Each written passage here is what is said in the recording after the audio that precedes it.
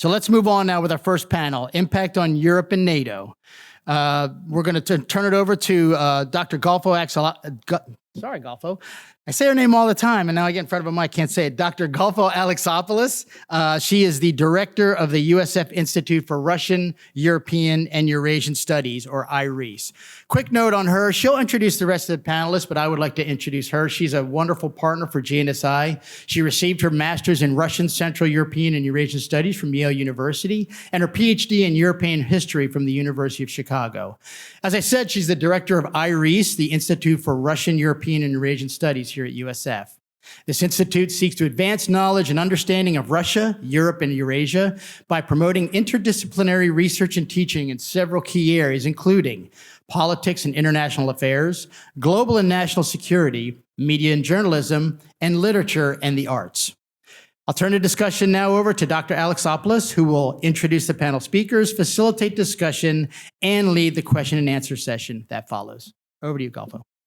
It gives me great pleasure to introduce our distinguished guests this morning.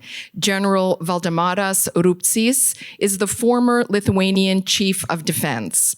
He led the Lithuanian Armed Forces from 2019 to 2024. General Rupsys began his military career in 1990 in Lithuania, although earlier he did serve in the Red Army. Maybe he can talk a bit about that as a young man, and has extensive experience leading troops at all levels. He graduated from the General Jonas Žemaitis Military Academy of Lithuania, the Baltic Defense College in Estonia, and the U.S. Army War College. During long years of service, he received the Medal of January 13th, the Medal of the Founding Volunteers of the Lithuanian Armed Forces, the Lithuanian Armed Forces Medal for Distinguished Service, and the Lithuanian Armed Forces Medal of Merit. Welcome, General. And seated also next to me is Johan Norberg. He works in the Russia and Eurasian program at the Swedish Defence Research Agency, or FOI, where he examines developments in Russia's armed forces. Johan has worked at the Swedish Ministry for Foreign Affairs, the Ministry of Defence, and in the Swedish Parliament. As a Swedish Army Reserve officer, he has served on peace operations in Bosnia-Herzegovina, Georgia, Lebanon, and the Golan Heights. Johan has been a fellow at the Foreign Policy Research Institute Eurasia program and as a visiting scholar at Columbia University in New York. He's currently working on a PhD at the University of Glasgow, and his dissertation concerns the capability in inferences of major Russian military exercises in the 2010s. Welcome, Johan. So I'd like to begin by asking both of you if you could please comment briefly on the subject of this panel. That is, what are your thoughts regarding the impact of the Russia-Ukraine war on Europe and NATO? General Rupsys.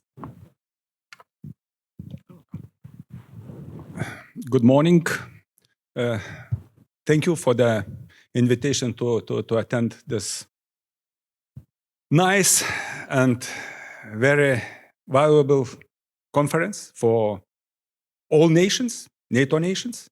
And really, it is right time to talk about Russia's Ukraine war, and especially when we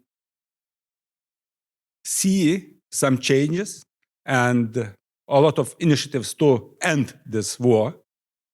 And really, as was presented, I am not going to talk about the outcomes of some agreement, peace agreement, because it's too early to talk about it, but I could express my expertise or knowledge about Russia, about relationship between Russia and Ukraine, also relationship between Russia and the rest post-Soviet countries. And as Dr. Golf introduced me, I was born in Soviet time when we were on the Russia's, or I would say Russia's, not Soviets, occupation in 1967. and mostly up to 22 years years old. I lived under Russia's control. I have experienced what does it mean to be under them, and I quite well understand the mentality of Russians as nation.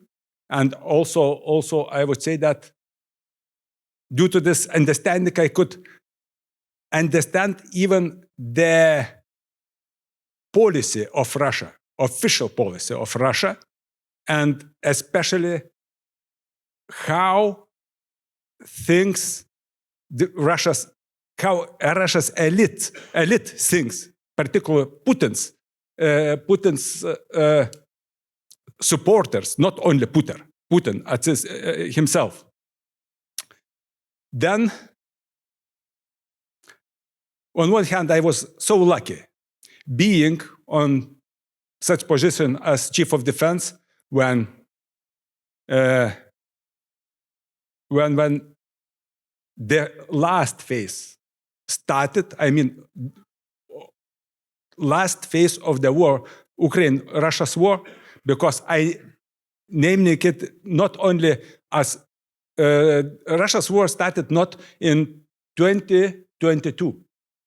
I think most of us could agree that Ukraine-Russia's war started in 2014. Just it was different war, as we named hybrid war.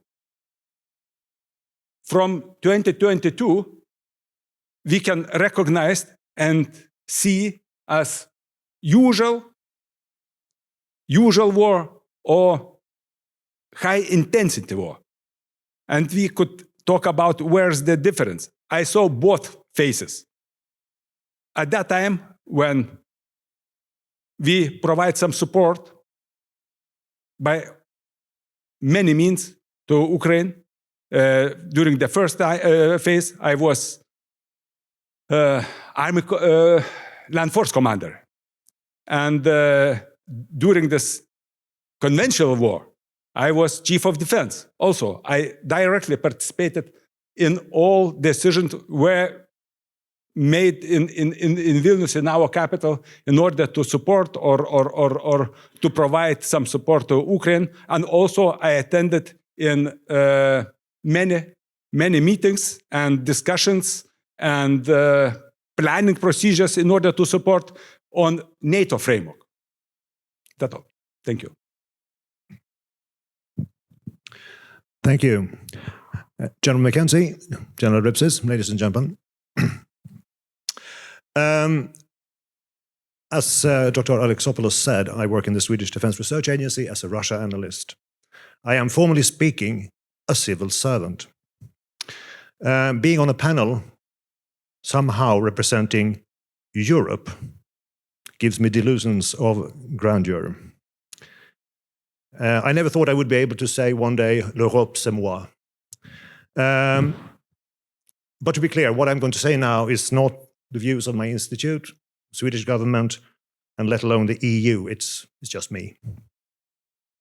I addressed the same question on Monday for Dr. Alexopoulos students, the effects on Europe. Well, in short, we're not in Kansas anymore. My science skills, whatever they are, have failed me in the past few weeks. So I turned to art to talk to the students about this. So I compiled a draft letter from someone called Vladimir in Moscow to his American friend Don. And the theme was that war is full of surprises. It's quite a long letter, but I've sort of picked some of the surprises that Vladimir has experienced in relation to the war. Surprise number one. Don, I'm so surprised that many in the West see Russia as so strong. We're actually quite weak.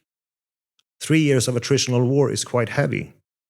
They seem to confuse Russia's ruthless imperial future ambition with its military capabilities today.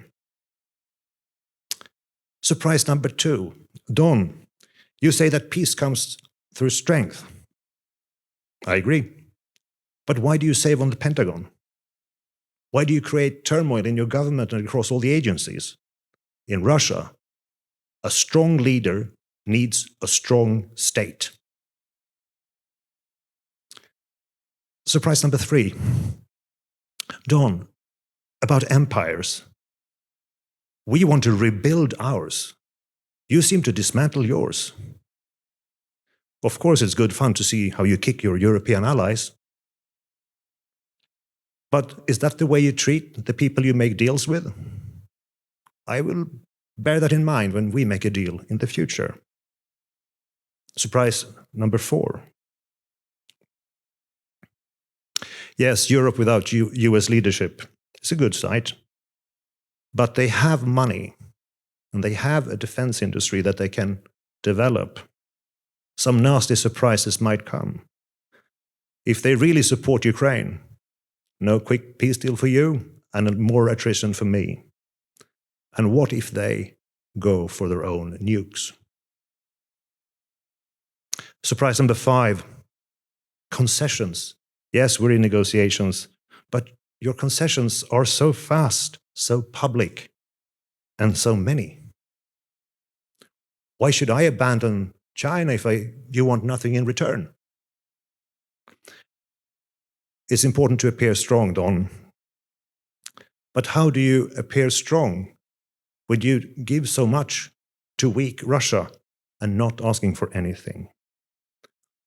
And Vladimir's final reflection is that I read this message from you, Don. War pays off. I'll do it again. I just need to build a new army. Second message. Ukraine is mine, and you say it is. And Don, finally, just a question. Will you actually do extended nuclear deterrence for Europe? You're full of surprises, Don. You always have the initiative, that's true. Perhaps you have a nasty surprise for me in the future. Sorry, I must stop writing now because the air defense and missile defense generals are calling me to a meeting, and they seem very nervous. That was the end of the letter, and I want to clarify 2 points. Number 1, no, I do not talk to Vladimir Putin. Number 2, I promise you all, I will now go back to military analysis. Thank you.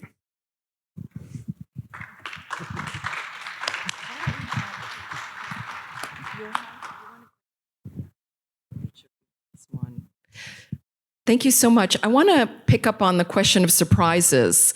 What surprised each of you the most about this current conflict? You come to this with so much military expertise on the Russian military. Looking over this war now 3 years, what has surprised you the most? Starting with you, General. I would say that it's not easy to pick up one surprise. I think, first of all, we should talk that before the war, especially in 21st century, from the beginning of 21st century, we thought that such wars just impossible to launch somewhere in the center of Europe, and even we were so focused on low-intensity wars, wars against terrorism, where we apply different strategies, different techniques, and even we prepared our militaries for differently. But for me, it's a surprise. I could talk about Lithuania, which is almost neighboring country to Russia and almost to Ukraine as well, that our political leadership, also people of Lithuania, they didn't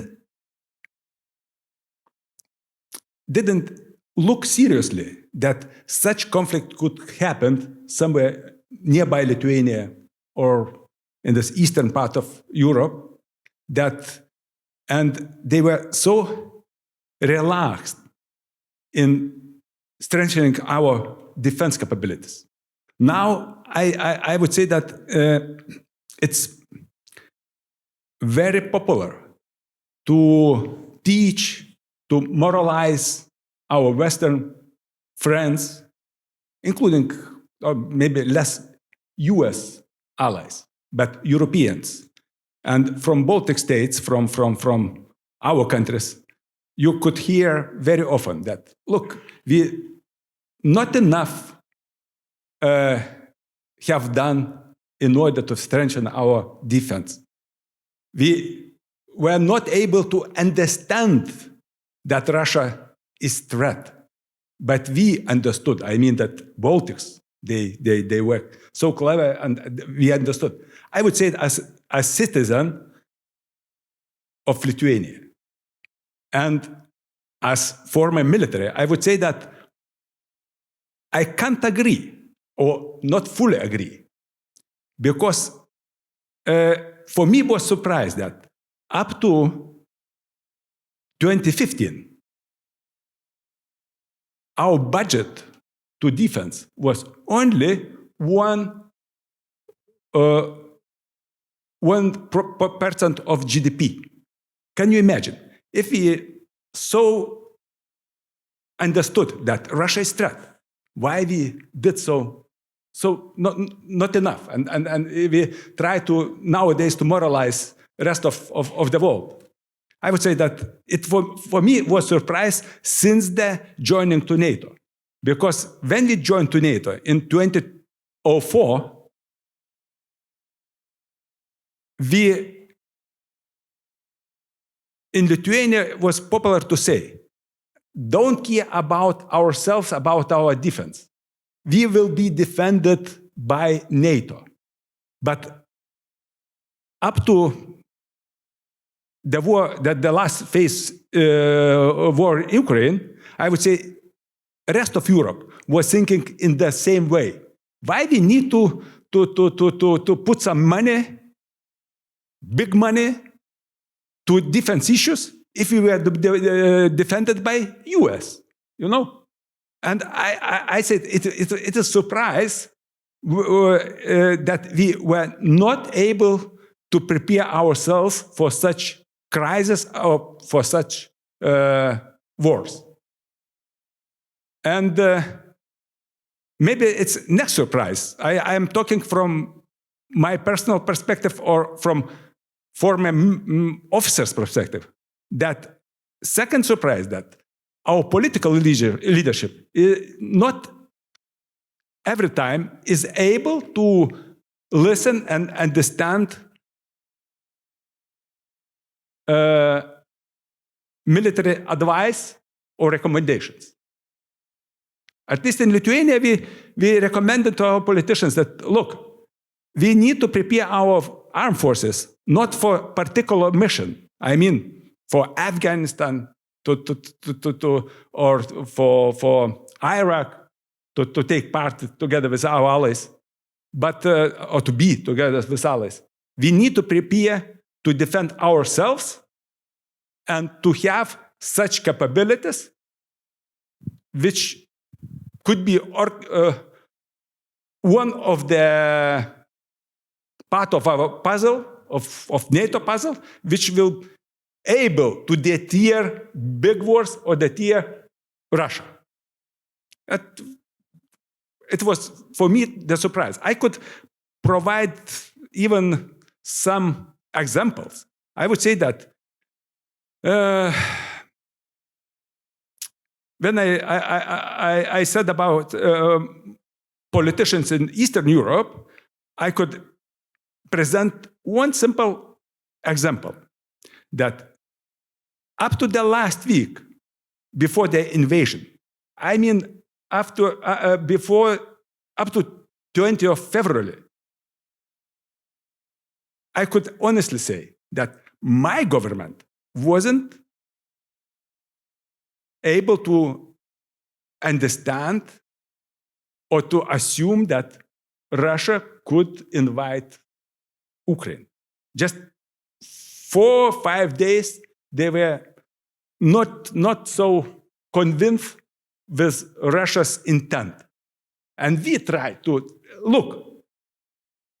Russia, now on the last phase of preparation for the invasion, all our data says that just it happened in the days. I can't tell what information we had exchanged with our allies, and particularly with US. I know that it would be interesting to hear you that at that time leadership was taken by former Chief of Defense of the US, Mark Milley. And Mark Milley, he tried to tell us, look, it will happen. Please transfer this message to Ukraine. Even to Ukraine, we were, how to say, a link, some kind of link between US and Ukraine, because we were able to speak in Russia. Even this panel could be done in the Russian language, because I know that all three of us, we could speak. And to try to tell to Ukrainians, Russia has very serious intent to invite you. And it was also a surprise that Ukrainians and Ukraine government didn't take so seriously such information. Yeah, thank you.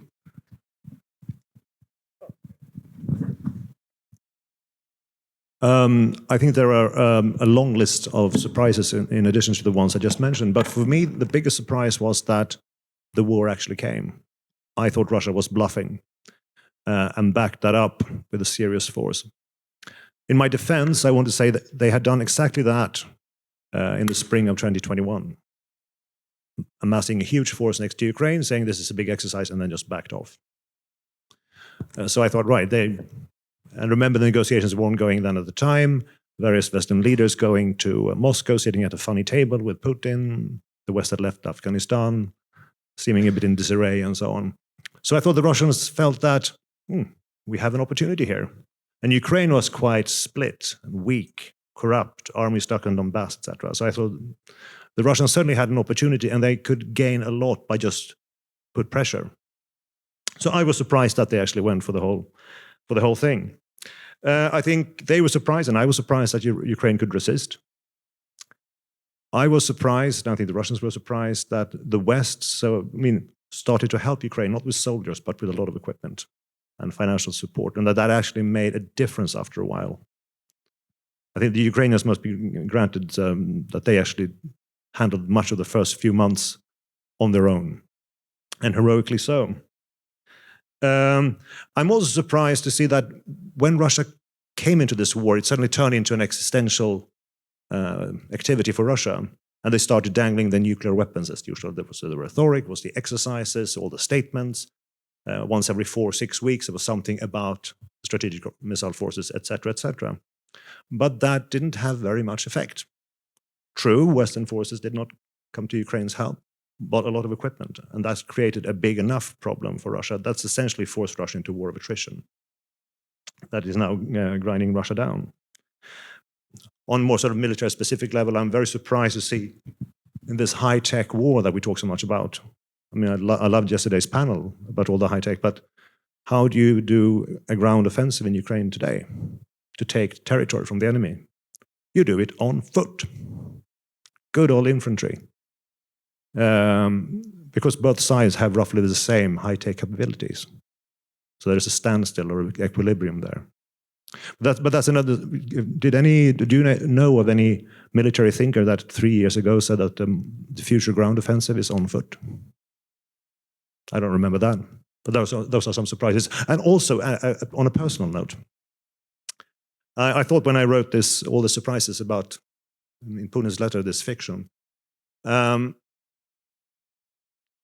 the record, I would like just to say I'm very grateful to the United States that I've lived my first 56 years in freedom and democracy. And to my surprise, I've never thought about it.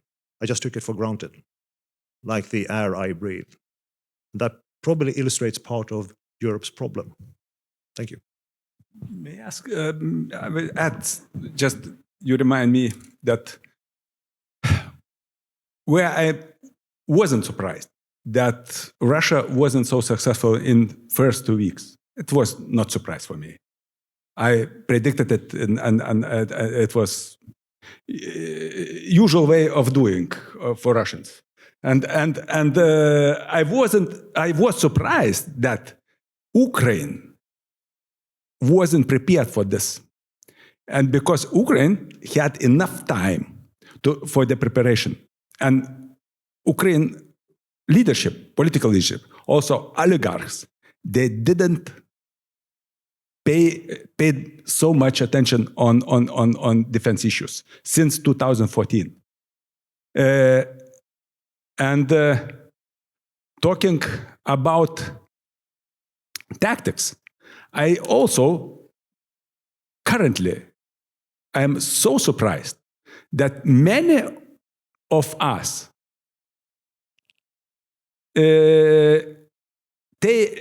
take some lessons learned from Ukraine as granted.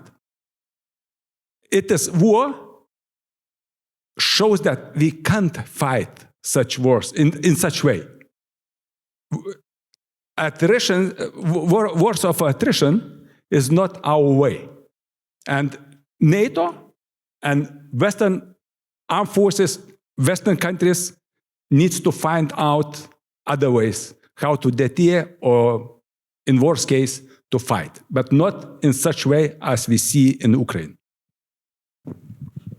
Let's talk a bit about deterrence. The whole point of NATO is to deter aggression, and that did not happen. You both mentioned that there was a false sense of security that you personally felt and people in your country felt that NATO would provide a security blanket, certainly in Lithuania, and that's one of the reasons why Sweden joined NATO.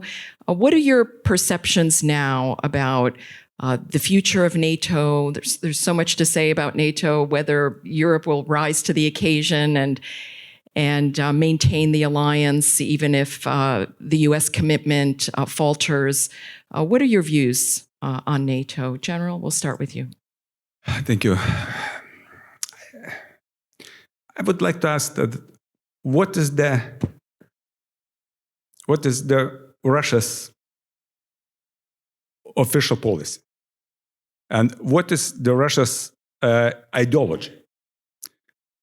I think that we have seen for many years that Russia and even President Yeltsin at the end of his cadency was talking that they should establish or to come back to Great Russia. What does it mean, Great Russia? Not to produce nice cars, not to be strong in economy, but take back lost areas. It means that take back,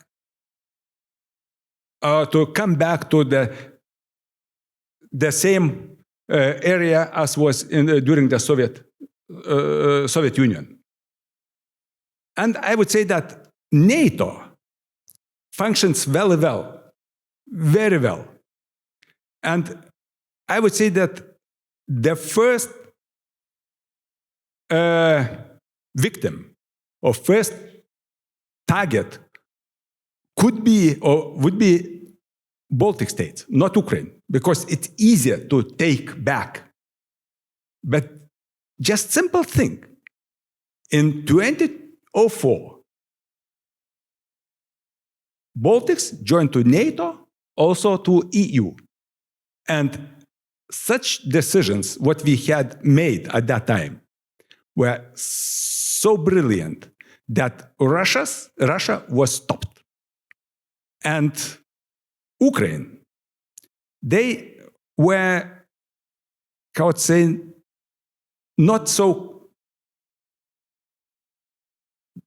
not so, they didn't decide where they're going to go, to east or to west. Some part of population, we should understand that.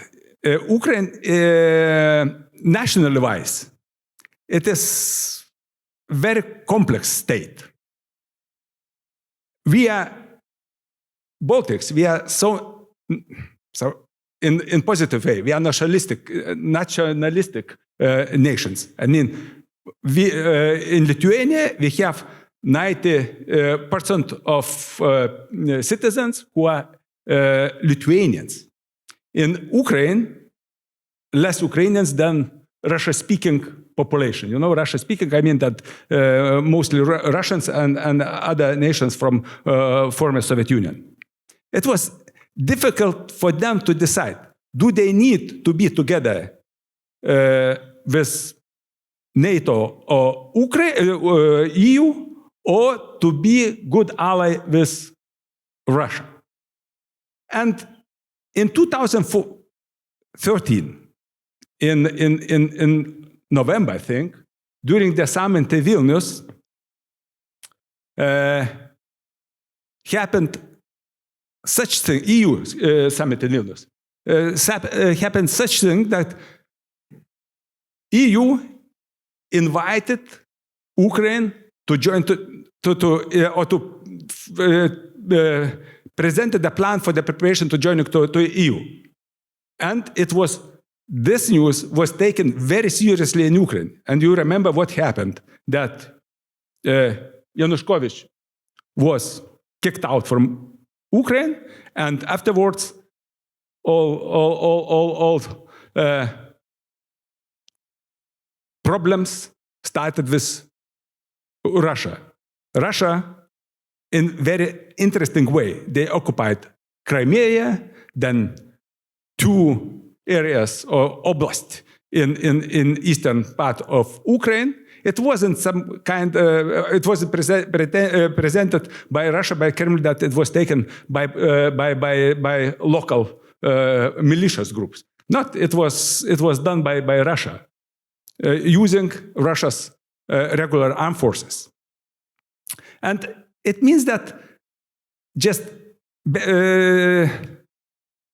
getting back to the question that NATO is alive, NATO functions quite well, but now we should look what we need to do now and in future. If we sit and we'll be so relaxed, in upcoming years could happen what we can't predict. And I would say that we should prepare for the big wars, and as Clausewitz said in 19th century, that if you are not prepared, it means somebody will use this. And Russia really will use this, because we see that Ukraine wasn't prepared, and Russia just used that momentum, that opportunity that Russia, Ukraine, military-wise is enough weak, and they broken the war. I think you make a very good point, General. Going back to 2013, it was about the EU, not NATO. And if you put on sort of this big map geopolitical thinking from the Russian perspective, there was something Western approaching Russia's borders. That's one thing. Number two, the EU has no military muscle, or didn't have that at the time. What was the problem? Well, the problem was that EU stood for a lot what Russia was not. EU talks about freedom, rule of law, democracy, good governance, etc. And Russia is a corrupt autocracy / authoritarian regime at the time, no more of a dictatorship. Of course, they didn't want a successful Western-oriented Ukraine on their border. I think that those two factors played in. It was not actually so much about military strength as the way of life. Then when it comes to NATO's deterrence today, first of a national observation. It's obvious now that you have to be strong alone to be able to be strong together. And we're trying to ramp up our defense spending. But now we have our commander, as the Premier Commander-in-Chief used to say, before I had no money but plenty of time. Now I have loads of money but no time. It's very hard to grow your force quickly if you want to retain some kind of quality in it. And look what the Russians are doing today. They're just dragging people off the streets from prisons and off you go to the front. You run your 50 yards and you fall. Fine. Next one. I think the Russians always talked about NATO as a big threat. You can find it in the military doctrines and all that. I don't know if it was a threat or a danger, as the different wordings were. But it was nevertheless there. As a military analyst, I was a bit surprised at that because I didn't see the tank armadas in NATO that would invade Russia and do something seriously bad. But I think that NATO was a convenient boogeyman to talk about for the Russians. They knew we wouldn't invade, or NATO wouldn't invade. If you have 11 time zones, you have strategic depth. Thank you very much. And also, they talk a lot about the nukes all the time, how they can turn various Western capitals into ashes. But don't you trust your nukes? If you one day say that the West is a big danger, and we have these great nukes, why shouldn't the nukes be working then? And also, the West can also be degenerate at the same time. All these LGBT, etc. The Russian rhetoric about that is pretty strong. NATO today is what we have. There's no point in reinventing the wheel because there's a lot of practical work being done in terms of procedures, commands, etc., etc. But we simply have to put more into it. You can already hear this week that the right noises are being made in terms of money from Europe. Various countries are talking about increasing defense spending. There is a new fund being set up. I believe it was 800 billion euros, with sort of softening rules on debt, etc., etc. That's a good start. And it's a part of the body language we have to start getting now. It's not just the money, but also start making decisions that we realize that time is of the essence. Start to make somewhat awkward decisions. We used to discuss in the groups of 30, it takes a lot of time, but now perhaps say, right, we need to reinstate conscription for 2 years, not just 1 year, because we need to create mass fast. Not just saying we're going to spend a lot more on defense. Money doesn't fight. Budgets don't fight. Soldiers do. How do you get to a lot of soldiers fast? And start talking to our electorates in Europe. Sorry, this is only blood, sweat, and tears coming now. It's going to cost a lot of money. Increased taxes, bigger debt, but increasing defense spending the way we should do is going to be very costly. And not hide that fact. That is slowly coming. But I think at the end of the day, the deterrence in NATO when it comes to Russia is about the United States and US nuclear weapons. And now we have a debate emerging about European nuclear deterrence. We will see what that leads to. But some kind of proliferation is actually already on its way, I would say.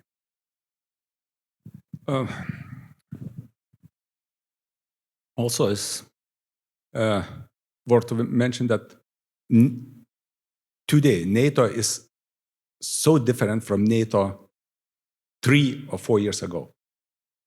First of all, all NATO nations that we come up with the agreement on the threat, that main 3 threats, according to NATO strategy: Russia, China, and terrorism. And we must be prepared to counter all 3 threats. Then we have defense and deterrence strategy. We have prepared defense plans for all cases. And since the collapse of Soviet Union, NATO didn't have such plans. It's something new. I mean, old new. During the Cold War, NATO had. Now, again, we came to the same approach. We have our defense plans. Just one simple thing, we should look for the fourth generation, because how to generate forces, it means that we must have those forces in our countries. And there we're facing some problems. But also, I would say that not only discussions, but real measures are taken. Real decisions are taken already to increase our budgets and to increase production, to reintroduce our military, our defense industry. And if you look what is going on in EU, I could say that when I attended some meetings on the EU format 2 years ago, I always, especially we from Eastern flank, we always try to convince France or Germany, let's look to EU defense policy not from the Moscow perspective, but just how to speed up or to boost just military industry. I think now we could look differently, from a different angle. EU could be united, and also on the EU scale, we should look what law, EU law, makes some problems or obstacles in order to boost the production of military staff. And I would say that to reduce a little bit bureaucracy, not only decisions on budget or money, but bureaucracy also should be a little bit reduced in order to come up or to prepare our countries for the war. So the theme of this conference is lessons learned from the war, and we're hearing from our European friends just how much Europe has learned from the war. To increase its own military budget, to increase industrial production, to prepare for a ground war and not just a hybrid war. So lots of lessons learned. I want to pick up a question from the audience now. Are the Eastern European allies prepared to stand together? Some other allies don't see Russia as a threat. Are the Eastern European allies prepared to stand together? Because some countries in Eastern Europe don't see Russia as a threat. So how do you convince everybody within Europe to view Russia as a threat, or to hold together in face of the Russian threat? We're talking about Hungary. Slovak Republic. Yeah. What I see now, because this is a problem, that we have countries that are very sort of prone to accept the Russian view on things and also obstruct on Russia's behalf. It feels like, anyway, for me. You already see that various sub-formats, coalitions of the willing, are forming within EU within NATO. There's a Nordic-Baltic, a Poland-UK format, formed around various concepts like the Joint Expeditionary Force, for example, the JEF. And let's not invent new formats. Take what we have and go with that. That could also be a signal that we're not operating as we always do, because we are not in Kansas anymore, even in Europe. That we are actually changing the way we do things. We don't do everything by committee all the time. We're not trying to build a Swiss watch all the time, but just something that shows the time very primitively, but works. That could be one thing. Yeah, I see some disagreements among some nations in Eastern Europe on eastern flank of NATO. And as you already mentioned, Hungary or Slovak Republic. But I would say that look on what is going in reality. when we speak or discuss on the EU level about the sanctions to Russia, even Hungary and Slovak leadership, they agree with this. When we speak or discuss or plan on the military level, I try to explain that such plans already exist. They are brilliant in planning. They are brilliant in agreements. I don't see that there is huge problem. Maybe on the Stratcom, also on some debates on the highest political level, there is some disagreements. But on practical level, I would say that we mostly agree. I want to ask about European-Russian cooperation in the economic sphere or in the military sphere related to counterterrorism. Do you see any prospect now for cooperation with Russia, given how many economic ties have been cut off? Do you see a future at all? Russia and Europe does face similar terrorism threats. Do you see any possibility for cooperation in that sphere? Yeah, it depends how the war ends. And I would say that we should understand that Russia is our neighbor. And Russia will be forever our neighbor. And we can't say that we are not going to have any cooperation with them and just because they are currently so bad. Not. I see that okay, there is need of changes in Russia's political leadership. It's definitely I think no way to talk with Putin's regime right now, but in the future I think it should become a normal democratic state. But I would say that perception of the terrorist threat is different. Everyone needs to understand when we speak about terrorism, we use the same words, the same expressions, but we understand differently.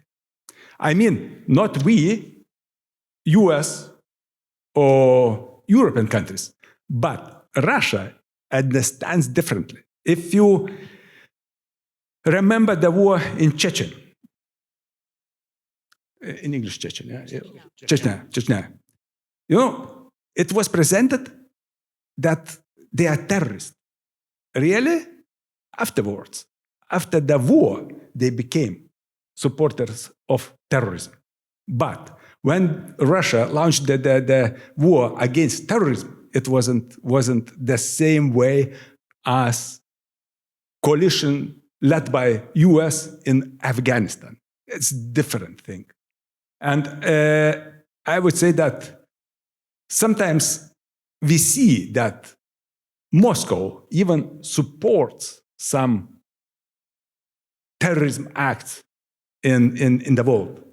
And I would say that we should come, at the beginning, we come to the same understanding, to agree that terrorism is terrorism, war is war, peace of peace, and we should speak in the same language. Afterwards, we can make some business or trade or etc. Very little to add, but fundamentally I agree. Yes, of course we can have a cooperation with Russia, but not the Russia we see today. And I don't see any other Russia on the horizon. If you do, please see me afterwards. Because there is no real opposition in Russia. The one that exists is in exile and divided. And most Russians basically just bow under the repression and remain silent. So I don't see a regime change coming. If there's a palace coup, which we sometimes talk about, well, the day I find out about that, it has already failed. So we cannot sort of plan and know if that's going to happen. Might happen, we don't know. But Russia has to change, because also today's Russia doesn't want cooperation on an equal basis with its smaller neighboring countries. It wants to dominate them, control them. This is not an affair between equals, I would say. When it comes to counterterrorism, now I'm definitely out of my depth. This is nothing I study, but I can sense that Russia is having a problem with counterterrorism. If you remember, I think it was about a year ago, there was an attack on a cinema, the Krakow City Hall attack. And what I recall now is that it was from Central Asia, I think. It definitely had some kind of Islamist ring to it. But the Russian security services kept on saying, this is Ukraine, this is Ukraine, this is Ukraine. So, I mean, they certainly have a problem, but I don't think there's something we would like to cooperate with them on. That's their homegrown problem, really. Thank you. Turning back to audience questions, does a U.S. mineral deal offer enough security guarantees for Ukraine, as mentioned by the Trump administration? What do you think? No. So, to be honest, I don't have enough information in order to answer to this question because you know. I will briefly expand my answer. I know it was a bit uninformative. There were American companies operating in Ukraine 2014, 2022, didn't stop Russia. This Russian regime only respects raw military might. Yes, we can talk about cooperation and so on, but at the end of the day, if deterrence is the game, that is what counts. And I think we should have no illusions about that. Sanctions, yes, they will make it hard for Russia, but it will not stop Russia. Yeah, stop there. Maybe there is one possible way how to deter. If many U.S. companies could invest in Ukraine, into Ukraine economy, to have just open some factories, etc., it would be good deal and could stop Russia. Food deal, car industry deal, etc., several deals, yeah, perhaps. Okay, thank you. Should Ukraine be in NATO? Okay, look, I'm not the typical man of typical Lithuanian. You know, what I struggle that even with engagement with our national media, even when Lithuanians, again, our politicians, they blame some Westerns that they didn't invite it in 2008 Ukraine to the NATO, because you remember that it was they asked for the joining to NATO and they didn't get invitation due to, as publicly presented, that Bundeskanzler Merkel she refused or she didn't agree with this. But I would say that really in 2008 Ukraine wasn't prepared, not military-wise, but mentally didn't prepare, because nation didn't support even such decisions. I don't have precise data, but I would say that less than 30% could support this joining to NATO in 2008. It is not so honest to tell that some did the mistake and didn't join. I will tell you that my personal experience. In 2010, when I was a student at US War College, my classmate, one of the classmates, he was from Kiev, Ukrainian. And I would say that the most intensive talks, what I had at that time, I had with him in discussing about NATO, about US. Even he wasn't so happy that he was, as he said, sent to US for the studies. And always he presented like, oh, Russia is much better or something in some cases, you know? It means that even militaries, they mentally, I'm not talking about everyone, but there were many of them. You should understand, if you are selected for the studies, it means that you are not the last on the list. You should be somewhere on the top.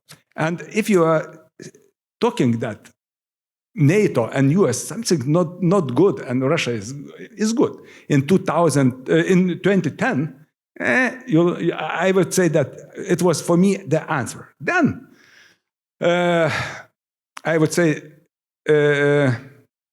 after the occupation of Crimea, many of Ukrainians at Ukrainian armed forces, they left armed forces, or even they moved to as Navy officers and so on.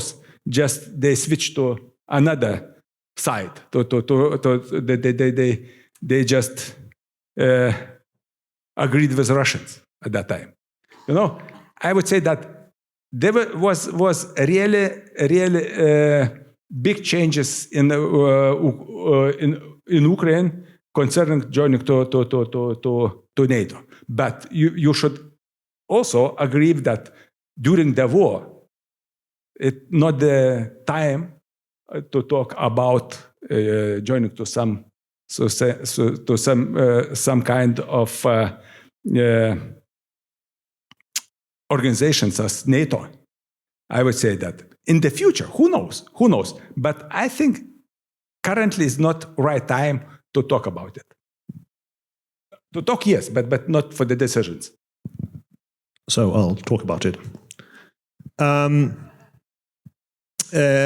I would say currently, as Ukraine is actually fighting a war, I think then it's not going to be possible. Ukraine in NATO would certainly deter Russia if there's a strong link to the US. So we have to assume that NATO is something akin to what it is today. But we will see how that evolves. And I think that's sort of a key issue that has to be, first of all, some kind of peace deal. But that peace deal, or whatever it is, has a strong security guarantee. Because there's a Russian expression, «Святое место пусто не бывает». A sacred place is never empty. Nature abhors a vacuum, I think it's the English equivalent. And if there is some uncertainties hanging in the air, then it would be like a new Budapest agreement. Budapest Memorandum from 1994, that wish security assurances, and that didn't deter. So deterrence doesn't come only from just a piece of paper or an agreement, it comes from resources and will to uphold the agreement.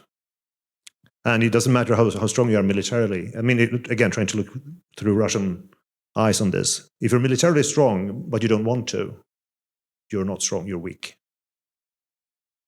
Do you both think that NATO can survive without the United States? Is there a will in Europe to maintain the alliance even in the absence of US support? I have very short answer.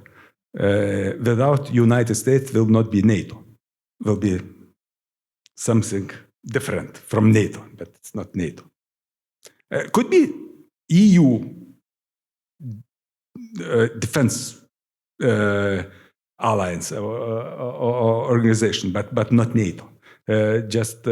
I think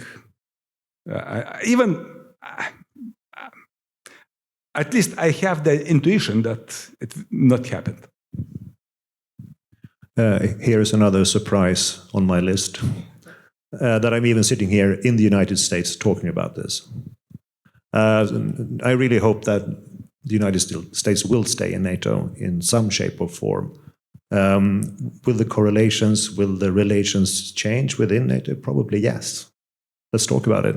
And I think, well, that discussion has already started big time, hasn't it? But from a personal perspective, I would certainly like to see you guys staying in NATO. There was a question about PMCs, private military contractors. Do you think that there's a concern now about the use of PMCs by Russia? What are your thoughts on that? Again, you should look why they were introduced in Russia, in order to have some not governmental organizations, but supported and established by government, who could act in some parts of the world, particularly in Africa. And also Putin's one of the options how to use hybrid warfare. He used such paramilitary or Wagner's groups in order to not show that it is official policy of Russia. I would say that what will happen in the future, I think it is they will exist, but plays not so significant role, I think. But I'm not going to predict. I would like to continue where you left off, sir. That let's see about that. I think the Russians being extremely pragmatic. You use PMCs in Africa when you do your deniability stuff, fine, that's one thing. Then came the big invasion, not really deniable, is it? The PMCs played a new role already in, I think it was, I've heard first in April 22, that they're becoming the lubricant in the machinery in terms of recruitment, training, etc. Where the Russian armed forces, with the standing force that went into Ukraine, clearly didn't have a plan B on how to replace losses. They thought it would be quick. Then Wagner steps in and quickly starts gathering people. I was surprised at that time. Those were the first reports about taking people from prisons. There were even reports about national battalions from Bashkortostan or something like that. Whoops, arming an ethnic group in Russia. That's really not a good idea, but it still happened. And I think much of that took place within the Wagner umbrella. Then that thing grew out of proportion. And I think the MOD lost control, and all of the spring 2023, there's an increasing word fight between Prigozhin and the Ministry of Defense, between Shoigu and Gerasimov. And a lot of foul words being said. And then finally, the Prigozhin rebellion, he actually marches on Moscow. And I think that it changed again. Now there are PMCs strictly under the MOD control in Russia. I don't know, there were new names sort of popping up every month for a while. I haven't seen it in the reporting for a while, but now it's strictly under the MOD and the general staff again. But I think that it can change again, that's my point, depending on what situation arises. Mm-hmm. We have a question about whether the former Soviet republics that were in the Red Army or countries of the Warsaw Pact, whether their experience within the Soviet military umbrella, whether that experience enabled them, in the context of the current war in Ukraine, to understand Russian military behavior better? I think yes, because but you know, Russia is brilliant, is presenting some things which is not exist at all, and I would say that we Baltics, we were occupied by Russia in 1940, and next phase was in 1945 after the withdrawal of German voice from German Wehrmacht from Baltics.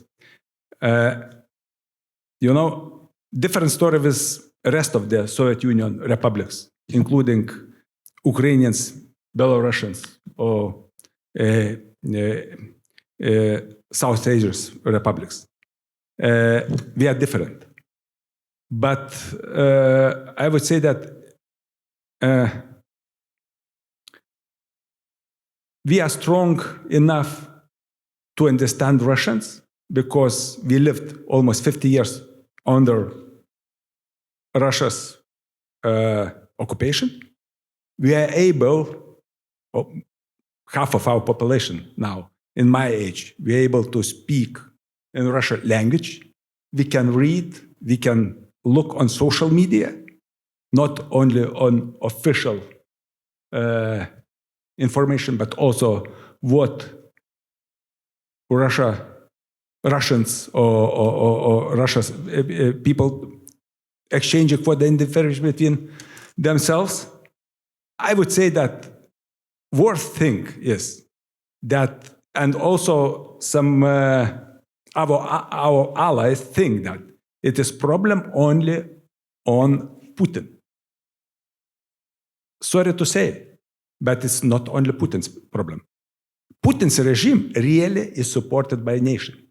And it is quite real percentage of the population, about 80% of Russia's population, they fully support Ukraine, Putin, or current Russia's regime.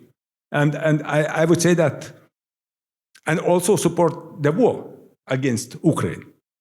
It means that I'm not so convinced that after Putin, next president will be better. Could be some transition from bad to better, but it will not be better. It will be better a little bit, maybe. One reflection here is that Ukraine was a former Soviet state, but still had problems in understanding Russian intentions, as was previously discussed here. Because when you try to understand the country's intention to go to war or not, so many other factors weigh in than just history or cultural understanding or strategic culture, whatever notions you want to apply. It's politics of the day, your own preconceived notions. Sweden was not in the Soviet sphere, not in the Warsaw Pact, obviously. But we have studied Russia for a long time at my institute.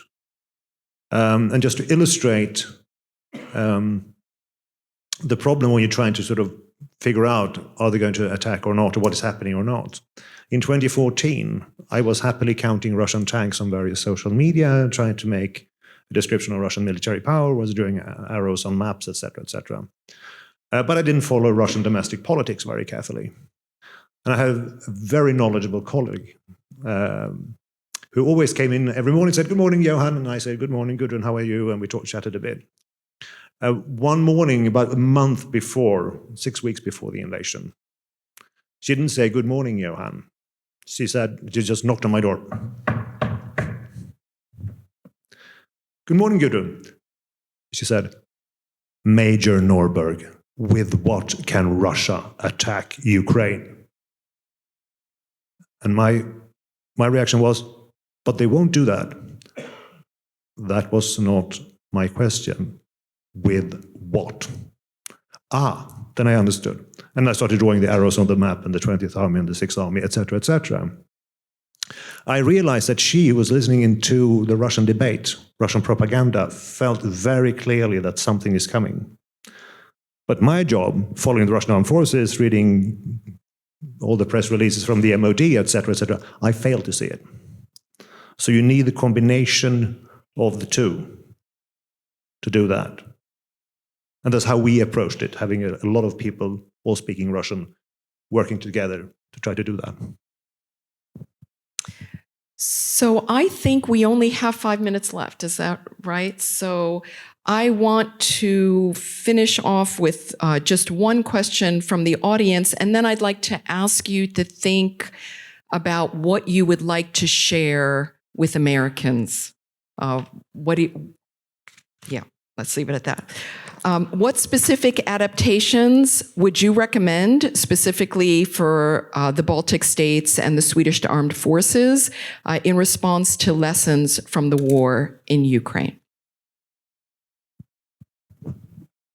Again, I'm out of my depth, I admit that. I'm not a defense planner.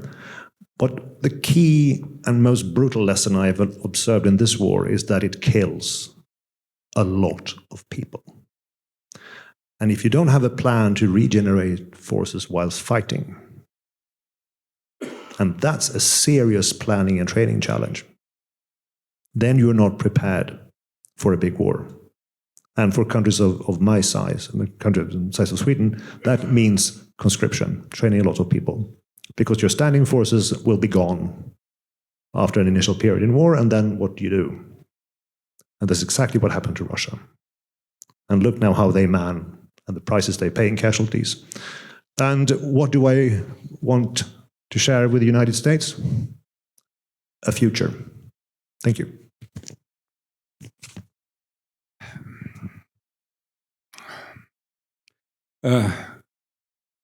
I would recommend to look back to history. If you look to the Second World War and the campaigns, military campaigns, or one campaign in Eastern Prussia,